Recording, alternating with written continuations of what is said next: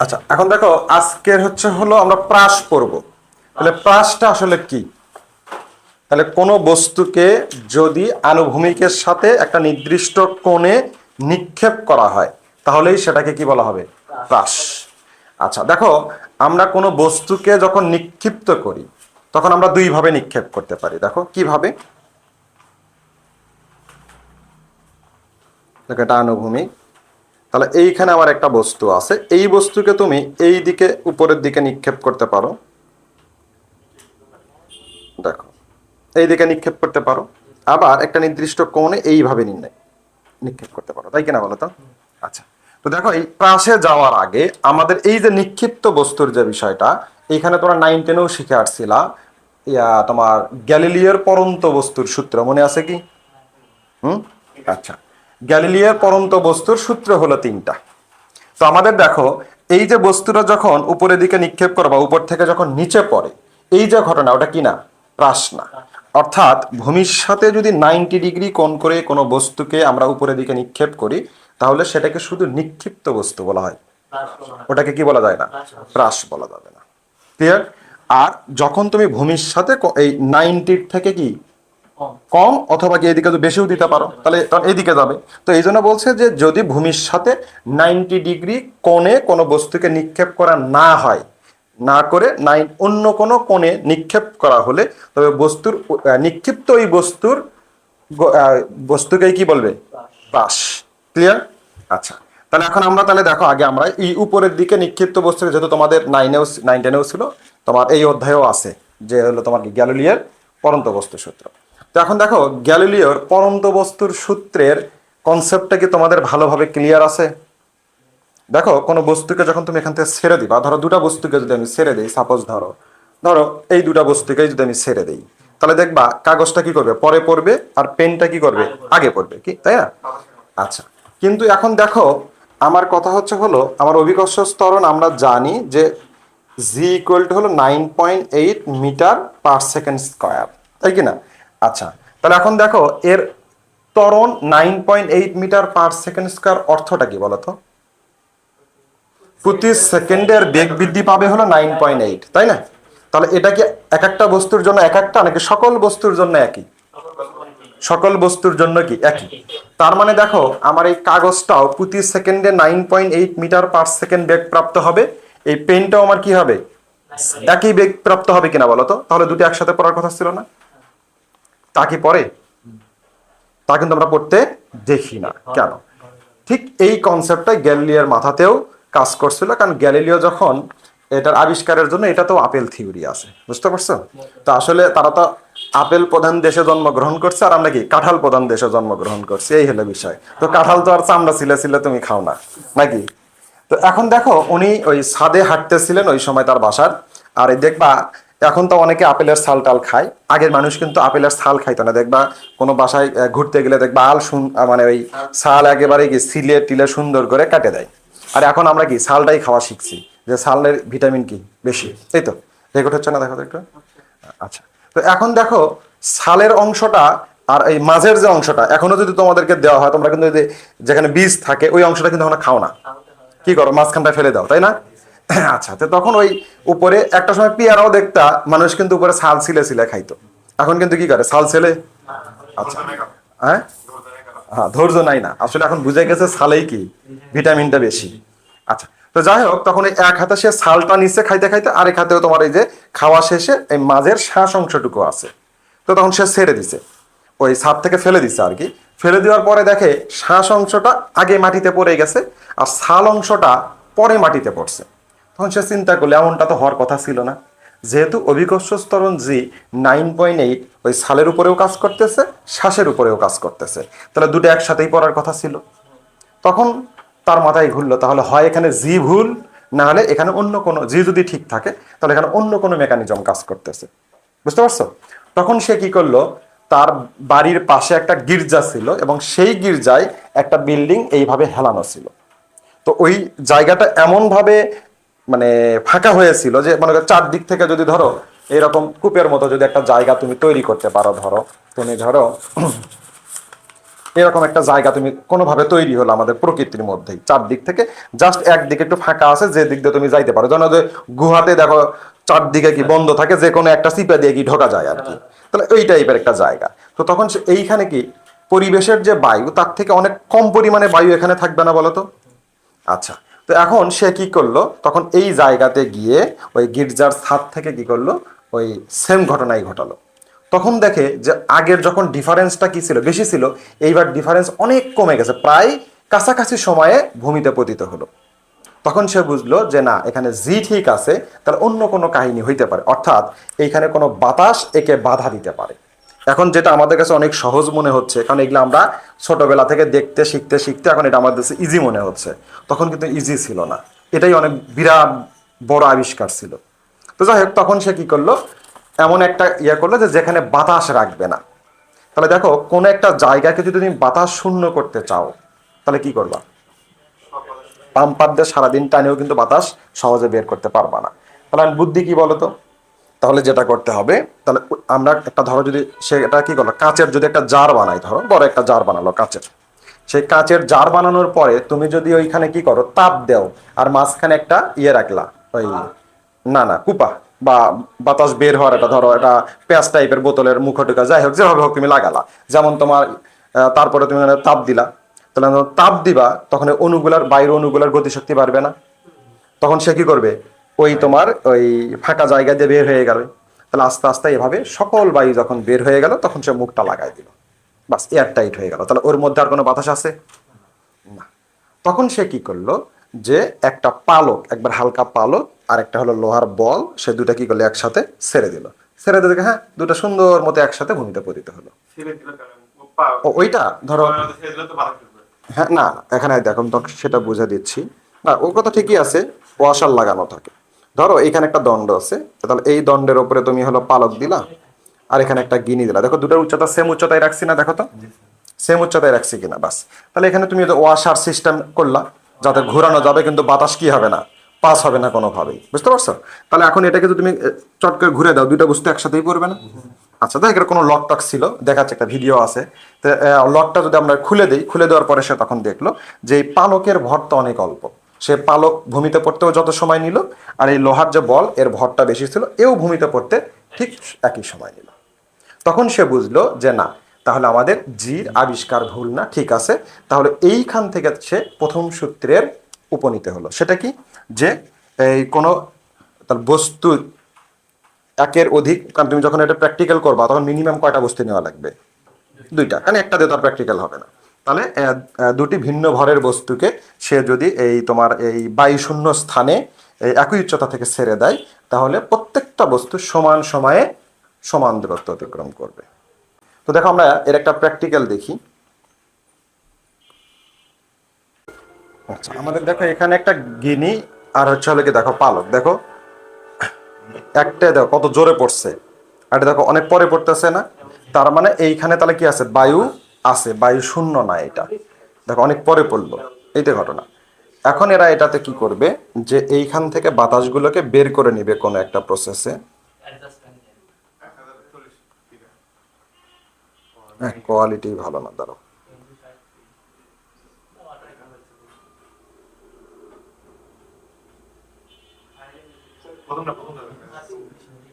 এটা এটা ক্লিয়ার,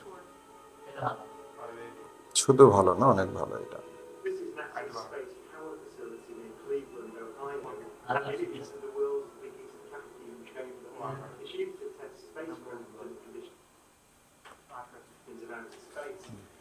এটা 2-4 টাকা খরচ করে হয় নাই, প্রচুর টাকা খরচ করে এটা হচ্ছে।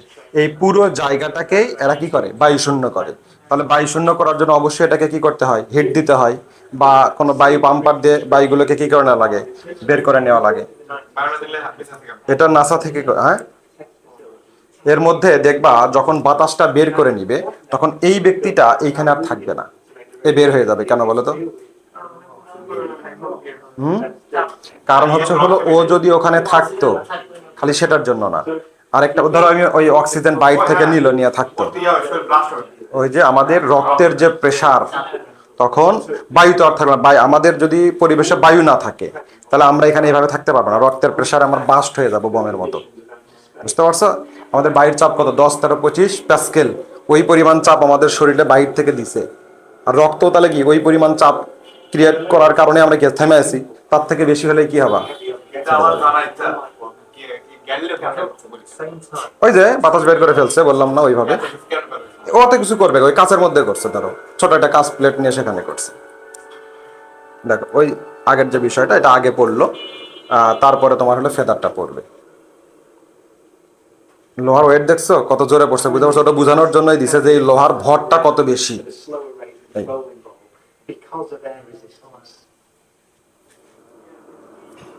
দেখো ওটা ভেঙে গেছে, মানে এটা বুঝালো যে এর ওয়েট অনেক কি বেশি।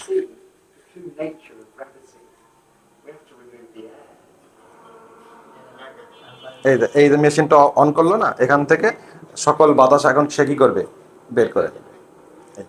আর গ্যালিলিও তাপ দিয়ে করতে পারে, তুমিও বাসায় ট্রাই করে দেখতে পারো, তাপ দিয়ে সম্ভব এটা। কারণ তাপ দিলেই কি হয়ে যায়? বাতাস বের হয়ে যায়।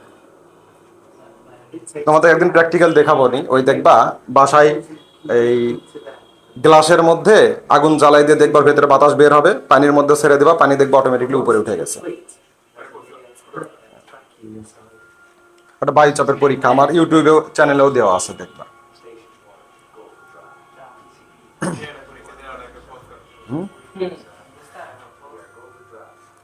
ইয়ে দেওয়া আছে, দেখো।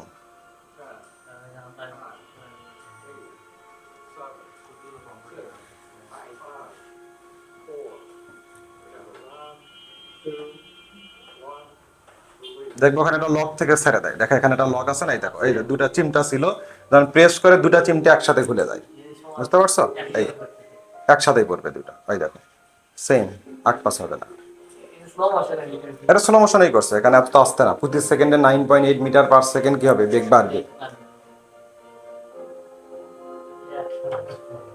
এই হলো না, কোনো দিকেই যাবে না, দুটা একসাথেই পড়লো না। তো এই উনি এভাবে পরীক্ষা করে যখন দেখলো,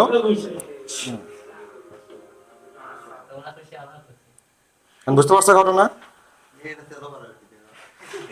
হ্যাঁ, আচ্ছা। তাহলে এখন দেখো, তাহলে আমাদের এই গ্যালিলিওর প্রথম সূত্রটা কি হবে? তাহলে প্রথম সূত্রটা একটু আমরা লিখি গোছায়ে। এখন আসি আমরা, দেখো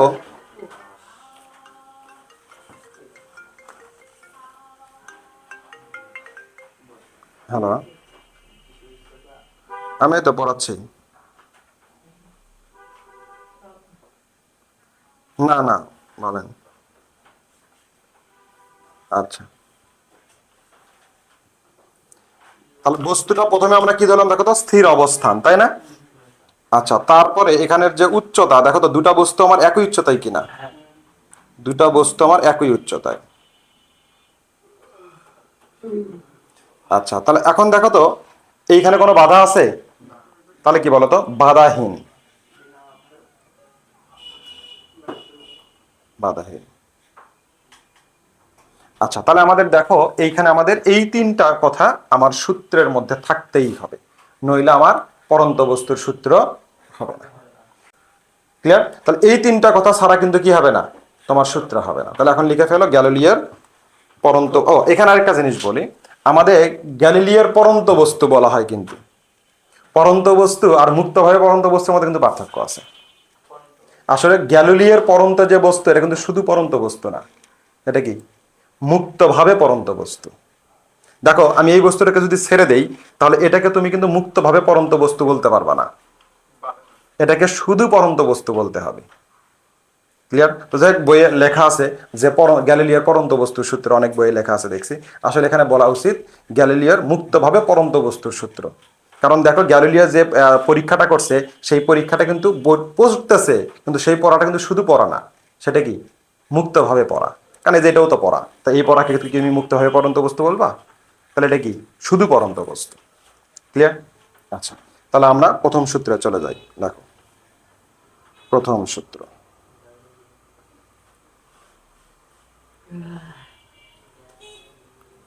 তাহলে এখন লেখো স্থির অবস্থান, স্থির অবস্থান ও একই উচ্চতা থেকে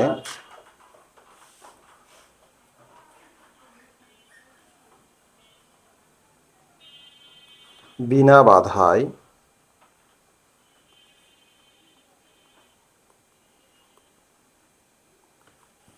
পরন্ত বানান ঠিক করো, বিনা বাধায়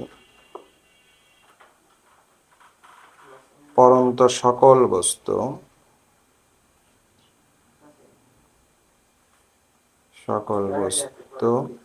সমান সময়ে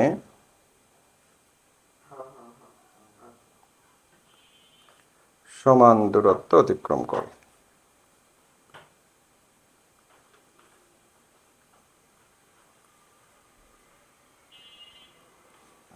তাহলে এখন দেখো, স্থির অবস্থান ও একই উচ্চতা থেকে বিনা বাধায় পরন্ত সকল বস্তু সমান সময়ে সমান দূরত্ব অতিক্রম করে। ক্লিয়ার? বুঝতে পারলে এখন এটা?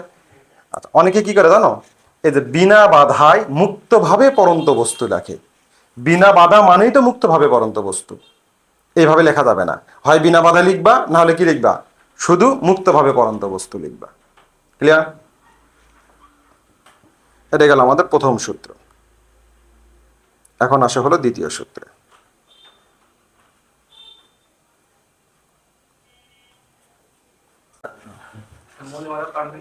আচ্ছা, এখন দেখো দ্বিতীয় সূত্র। তাহলে দ্বিতীয় সূত্রটার ক্ষেত্রে দেখো, তোমরা মনে রাখবা V equal to U plus GT একটা সূত্র তোমরা শিখছিলা 9-10 মনে আছে? আচ্ছা, তাহলে এইখানে দেখো আমাদের এই ক্ষেত্রেই আদিবেগটা কত বলো তো? স্থির অবস্থান থেকে, তাহলে কি শূন্য, বাস। তাহলে ভি ইকুয়াল টু, তাহলে আমরা জিটি লিখতে পারি এখন। তাহলে এখানে জিটা কি চেঞ্জ হবে না ফিক্সড থাকবে? তাহলে জি কত, 9.8। তাহলে যদি ফিক্সড থাকে তাহলে সেটাকে কি আমরা ধ্রুবক বলতে পারি? আচ্ছা, তাহলে ইকুয়াল এবং এই ধ্রুবক যদি উঠে যায় তাহলে কি বসানো যায়? ভি সমানুপাতিক টি। তাহলে এখন আমরা এখান থেকে একটা ব্যাপারে উপনীত হইতে পারলাম যে টি সময় পরে এ যে বেগ প্রাপ্ত হবে সেই বেগ ওই সময়ের কি হবে? সমানুপাতিক। ক্লিয়ার? তাহলে সময় যদি দ্বিগুণ হয় বেগও কয় গুণ হবে? দ্বিগুণ হবে। তাহলে সময় যদি দ্বিগুণ হয় তাহলে বেগ কয় গুণ বৃদ্ধি পাবে? এইভাবে কিছু এমসিকিউ আসে, সকলে স্টেপ বাই স্টেপ পরে আসতেছি। হ্যাঁ, তাহলে এখন আসি দ্বিগুণ না, ওখানে কাহিনী আছে। আগে দ্বিতীয় সূত্রটা লিখি, তারপরে আমরা ওটাতে যাবো। ওইটা শেখানোর জন্যই আসলে আমি এই সূত্রগুলো শেখাচ্ছি, তাছাড়া 9-10 তো এগুলো পড়েই আসছে, আর কি শেখাবো। তাহলে আচ্ছা, এইখানে আমাদের দেখো আমরা বেগ এবং সময় সমানুপাতিক এই কথা বলবো, তাই না? আচ্ছা, তাহলে দেখো তো বেগ আর সময় শব্দটার কথা আমার কি এর মধ্যে আছে? দেখো তো নাই। তার মানে তাহলে তিনটা ওয়ার্ডই আমার এই সূত্রের মধ্যে কি হবে? থাকতে হবে। আচ্ছা, তাহলে তা কিভাবে আমরা রাখবো? তাহলে স্থির অবস্থান এবং একই উচ্চতা হতে বিনা বাধায় পরন্ত বস্তু নির্দিষ্ট সময় পর যে বেগ প্রাপ্ত হবে তা ওই সময়ের সমানুপাতিক। কিভাবে লিখবো তাহলে দেখো, তাহলে আমার প্রথম এই তিনটা কি শুরুতে আমাকে ফিক্সড রাখতেই হবে, বাস। লিখে ফেলো। তাহলে স্থির অবস্থান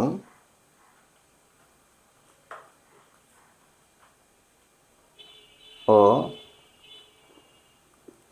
একই উচ্চতা হতে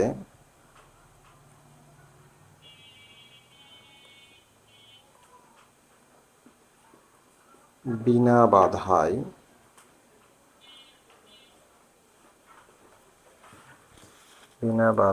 পরন্ত বস্তু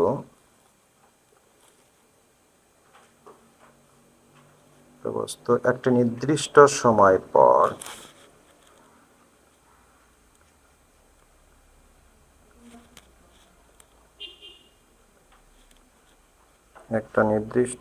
পর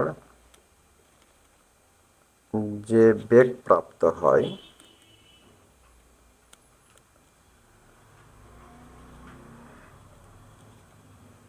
তা ওই সময়ের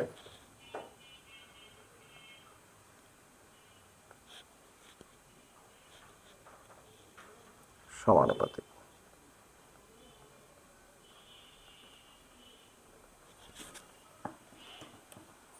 ক্লিয়ার? এটুকু বুঝলে কিনা? তাহলে আমাদের দেখো প্রথম তিনটা থাকতেই হবে, এটাই হলো আমাদের কি এই সূত্রের মূল থিম। আচ্ছা, তাহলে এই ক্ষেত্রে তাহলে এখন দেখো আমরা আর অত কিছু ব্যাখ্যাতে গেলাম না। হ্যাঁ আব্বু,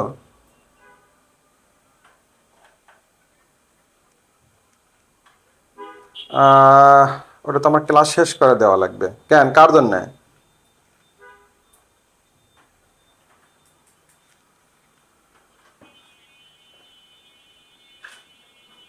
ও আচ্ছা, আমি ক্লাস শেষ করে সিরিয়াল দিচ্ছি।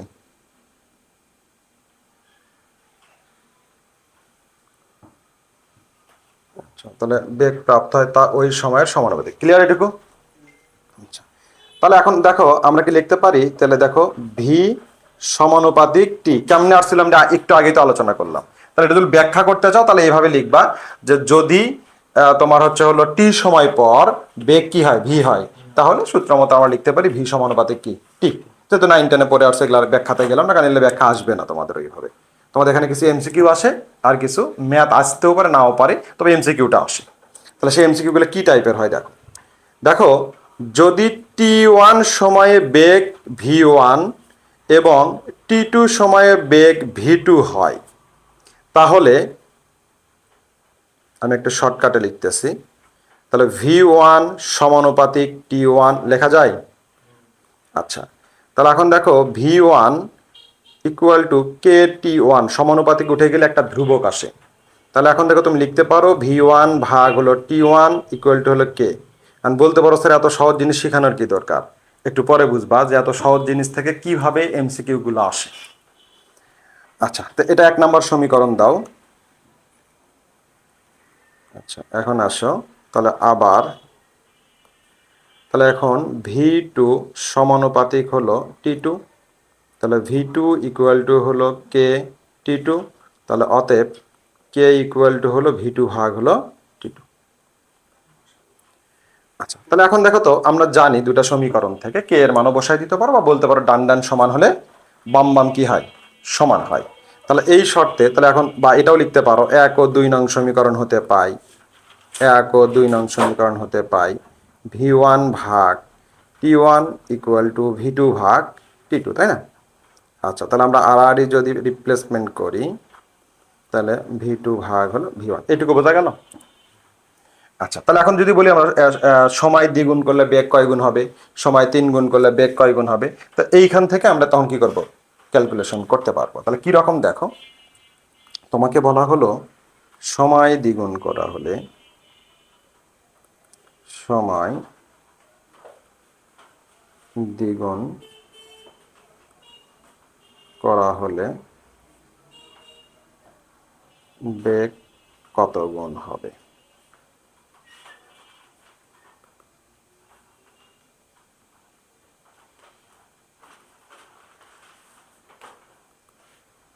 সময় দ্বিগুণ করা হলে বেগ কত গুণ বৃদ্ধি হবে, বৃদ্ধি পাবে।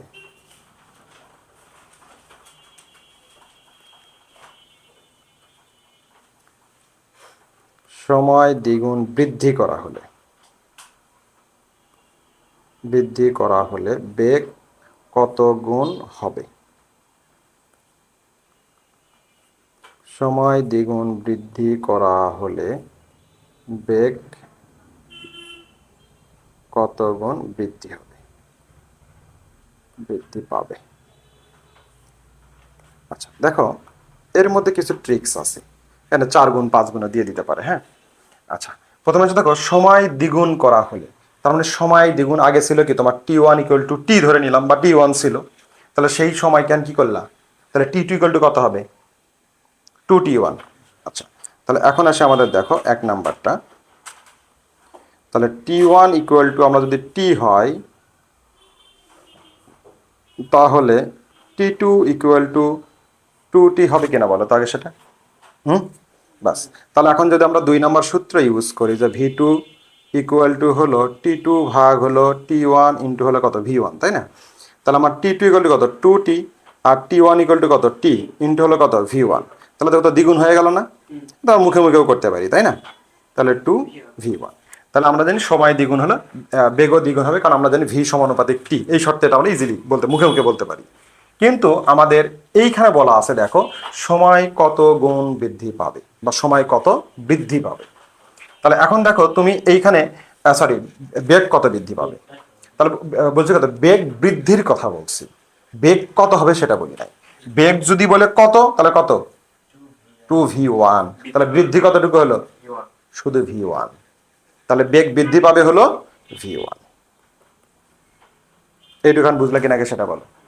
তার মানে কয় গুণ হয়ে গেল 1 গুণ, তাহলে বেগ বৃদ্ধি পাবে 1 গুণ, আর বেগ হবে হলো দ্বিগুণ। এটা বুঝছো না বোঝো না আগে সেটা বলো। ক্লিয়ার? আচ্ছা, 3 নম্বরে আসো।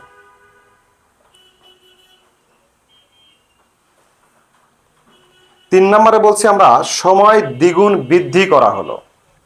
তা এখন দেখো দ্বিগুণ যদি বৃদ্ধি করো t1 = t যদি ধরো, তাহলে দেখো তো বৃদ্ধি বলতে t2 = কত হবে 2t 4t 5t 3t কত হবে? দ্বিগুণ করা হয় বলছি না, দ্বিগুণ বৃদ্ধি করার কথা বলছি। আরে বর্ণ কত হবে? এই যে 3 জন্য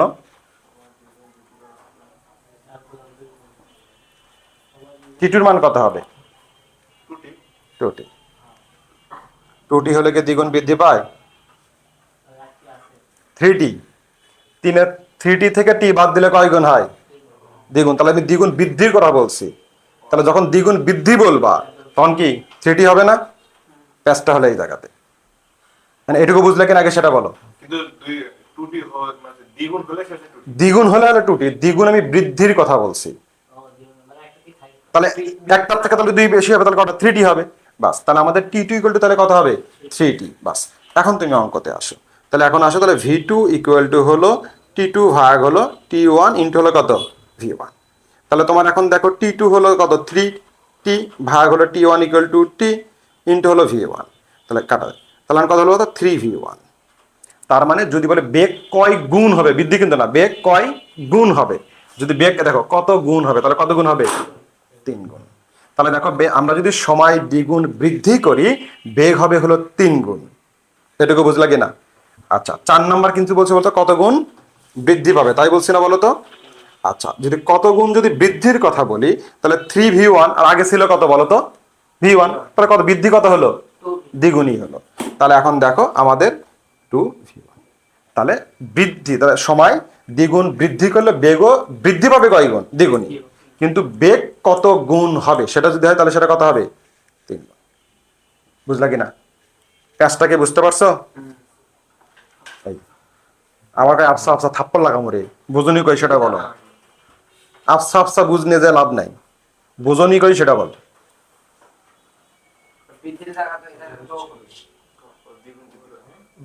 বুঝতে পারছেন ঘটনা? এইভাবেই তোমার এখানে এমসিকিউ আসে, দেখবা এখানে 3ও দেওয়া থাকবে, তোমার অ্যান্সারে 2ও দেওয়া থাকবে। তুমি তো শিখে গেছো দ্বিগুণ হলে তো দ্বিগুণ হয়ে যায়, চট করে দ্বিগুণ মারে দিয়ে আসবা, আসে দেখবা কে 3 গুণ। এই এই বুঝছো? আচ্ছা, 4 নম্বরটা আমরা কি বলছি দেখো, সময় দ্বিগুণ বৃদ্ধি করা হলে, সময় দ্বিগুণ কি করছো বৃদ্ধি করছো, তার মানে কয় গুণ করছো 3 গুণ, এই তো। আচ্ছা, করা হলে বেগ কত গুণ বৃদ্ধি পাবে, বেগ কত গুণ হবে তা বলি নাই, বেগ কত গুণ বৃদ্ধি পাবে। আর এখানে বলছিলাম বেগ কত গুণ হবে, তাহলে বেগ কত গুণ হলে তাহলে কয় গুণ হবে 3 গুণ। তাহলে বৃদ্ধি আগে কত ছিল v1, তাহলে এখন এখানে হচ্ছে কত 3v2 v1, এই তো। তাহলে 3v1 মাইনাস হলে কি v1, তাহলে কত হয়ে গেল 2v1। তাহলে আমার বেগ বৃদ্ধিও হবে কয় গুণ তখন 2 গুণ। আর বেগ কত গুণ হবে হলে কত হবে 3 গুণ। বুঝলা কি না? বেগের অনুপাত বলতে পারে কত হবে, তাহলে এইখানে বেগের অনুপাত কত হবে 1:3, আর এখানে বেগের অনুপাত কত হবে 1:2। এভাবেও বলতে পারে, একই জিনিস ঘুরায় পেঁচায় বললো। বুঝছো কি? আচ্ছা, তাহলে এইবার আসি আমরা দেখো তৃতীয় সূত্রে।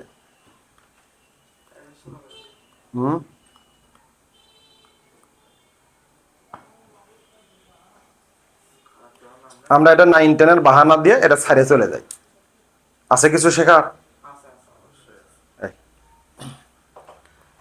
আচ্ছা, এখন আসে আমাদের দেখো তৃতীয় সূত্র। তৃতীয় সূত্রটা হলো আমাদের দেখো, নর্মালি আমরা কি শিখছি, a is equal to ut plus half gt square. তাহলে আদিবেগ যেহেতু 0, ইউ এইচ ইকুয়াল টু হলো হাফ জি টি স্কোয়ার। দেখো জির মান কত 9.8, তাকে 2 দিয়ে ভাগ করলে 4.9 হয়, এই মানটা তো ফিক্সড। তাহলে দেখো তো এটা এইটুকু আমার ধ্রুবক, তাহলে ইকুয়াল আর ধ্রুবক উঠে গেলে কি হয়? সমানুপাতিক চিহ্ন হয়। তাহলে এখন তো এই সমানুপাতিক হলো কি টি স্কোয়ার। তাহলে কি আমরা বলতে পারি যখন কোনো একটা বস্তু টি সময় পর ভূমির উপর থেকে নিচে যতটুকু উচ্চতা অতিক্রম করে সেই উচ্চতা তার সময়ের বর্গের সমানুপাতিক? সময়ের বর্গের সমানুপাতিক, এটা বলা যায়। বাস। তাহলে এখন দেখো উচ্চতার সাথে যেহেতু সময়ের সম্পর্ক, তাহলে যার সাথে সম্পর্ক থাকে আমাদের সূত্রের জন্য বা বিবৃতির জন্য ওটাকে লাস্টে লিখতে হয়। তাহলে আমরা আগে দেখো স্থির অবস্থান এবং একই উচ্চতা বলছিলাম না আগে, তাহলে উচ্চতাটাকে এবার কোথায় নিয়ে আসবো? লাস্টে নিয়ে আসবো। এখন দেখো তাহলে সেটা কিভাবে?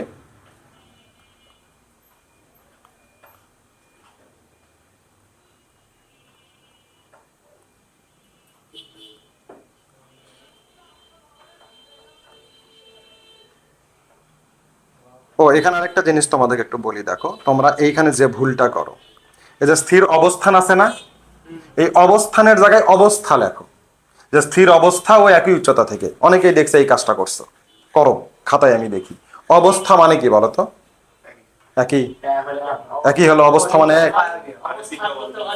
অবস্থান মানে কি পজিশন, তুমি কোথায় দাঁড়ায় আছো, কোন কোন জায়গায় আছো। আর অবস্থা মানে কি কঠিন তরল বায়বীয়, তোমার এই কাঠামোটা কি সেইটা অবস্থা। দেখছো না অবস্থা কয় প্রকার? 3 প্রকার, কঠিন তরল বায়বীয়। এই তাহলে অবস্থার অবস্থানের মধ্যে রাত আর দিন তফাৎ, বুঝতে পারছো? আচ্ছা, তাহলে তৃতীয় সূত্র দেখো। তাহলে এখন এইখানে আমাদের কি হবে বলতো? স্থির অবস্থান হতে বিনা বাধায় পরন্ত বস্তু নির্দিষ্ট সময় পর যে উচ্চতা বা যে দূরত্ব অতিক্রম করে তা ওই সময়ের বর্গের সমানুপাতিক। দেখো উচ্চতা কিন্তু আমি লাস্টে নিয়ে গেছি, দেখো লিখি আমরা। স্থির অবস্থান হতে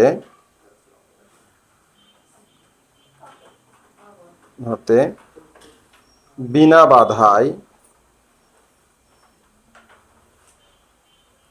বাধায় পরন্ত বস্তু একটি নির্দিষ্ট সময়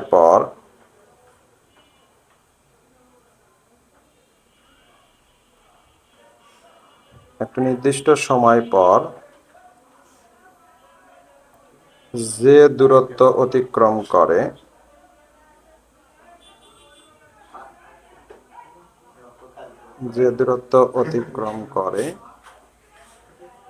তা তা বলতে কাকে বোঝানো হচ্ছে বলতো? ওই দূরত্বটাকে। তা ওই সময়ের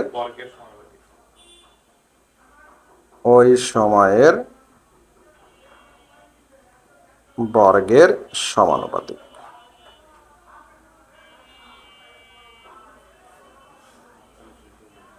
তাহলে দেখো অর্থাৎ এই সমানুপাতিক টি স্কয়ার। এতে ঘটনা এখানেও আমাদের ওই যে দূরত্ব কত গুণ হবে, কত গুণ বৃদ্ধি পাবে, এগুলো অনেকগুলো কাহিনী আছে, এইগুলো কালকে আবার তোমাদেরকে শেখাবো। তো এইটুকু এখন মুখস্থ করা লাগবে। আর নাইম নামি পারবা? পারা লাগবে না? বাস। তো আমি কি 14 বার উচ্চারণ করলাম, দেখি আমি পারো কে কে কে পারবা বলো? কে? তোমার দিতে শুরু করবো আমি। এখানে জাস্ট 3টে কথা মনে রাখতে হবে। আবার কথা কয়। আচ্ছা আমি আরেকবার একটু রিপিট করে দিচ্ছি। 1 নাম্বারটার ক্ষেত্রে কি ছিল? সমান সময়ে সমান দূরত্ব অতিক্রম করবে, এতে ঘটনা। তাহলে আমাদের প্রথম কি হবে? স্থির অবস্থান এবং একই উচ্চতা হতে বিনা বাধায় পরন্ত সকল বস্তু সমান সময়ে সমান দূরত্ব অতিক্রম করে। ক্লিয়ার? 2 নাম্বারটা ভি সমানুপাতিক কি, ওটা মনে রাখবা।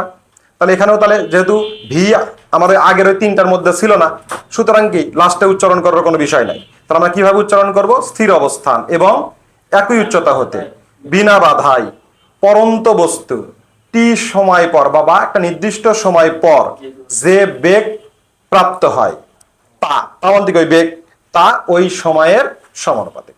ক্লিয়ার? আর 3 নাম্বার হলো কি? স্থির অবস্থান হতে, এবার একই উচ্চতার বলা যাবে কারণ আমার উচ্চতার সাথে কি সম্পর্ক। তাহলে স্থির অবস্থান হতে বিনা বাধায় পরন্ত বস্তু নির্দিষ্ট সময় পর যে দূরত্ব অতিক্রম করে তা ওই সময়ের বর্গের সমানুপাতিক। বাস। বলো দ্বিতীয়টাই বলো। আবার তাকাই রে, খাতা বন্ধ, সব খাতা বন্ধ। অবস্থান ও স্থিরাবস্থান এবং একই উচ্চতা হতে পরন্ত বস্তু। কেমন, কিভাবে পরন্ত বস্তু? খালি পরন্ত বস্তু স্থির অবস্থান বস্তু। বলছো তো, পরন্ত বস্তু তো শুধু পরন্ত বস্তু না, এটা কেমন পরন্ত বস্তু? বিনা বাধায় অবস্থান এবং বলো। স্থির অবস্থান একই উচ্চতা হতে বিনা বাধায় পরন্ত বস্তু নির্দিষ্ট সময় যে বেগ অর্জন করে তা ওই সময় সমান। এই তো হয়ে গেল। তুমি বলো তৃতীয় সূত্র বলো। এটি আছেই দেওয়ারে। হ্যাঁ বলো। স্থির অবস্থান হতে হ্যাঁ বলো। কেমন? একই উচ্চতা। একই উচ্চতা তো বলা যাবে না, তো উচ্চতার সাথে যে সম্পর্ক। ও আচ্ছা, স্থির অবস্থান হতে বিনা বাধায়। হ্যাঁ। বিনা বাধায় কি পরন্ত বস্তু? তুমি বলো, পণ্ডিত বলো তৃতীয়টা বলো।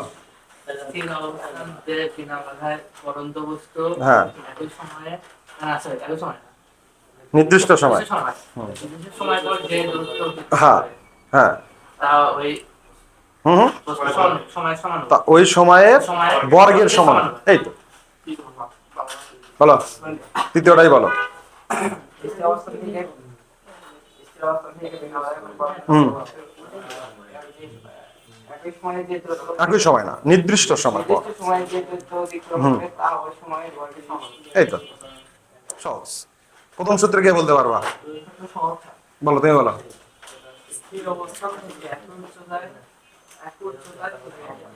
স্থির অবস্থান ও হ্যাঁ উচ্চতার থেকে মুক্ত অবস্থায় পরন্ত বস্তু হ্যাঁ বস্তুর উচ্চতা এবং বেগ সমান সময়ে সমান দূরত্ব। এই জাদু মন্ত্র কিছু না, কনসেপ্ট বুঝলে একেবারে সহজ। ওকে, আল্লাহ হাফেজ।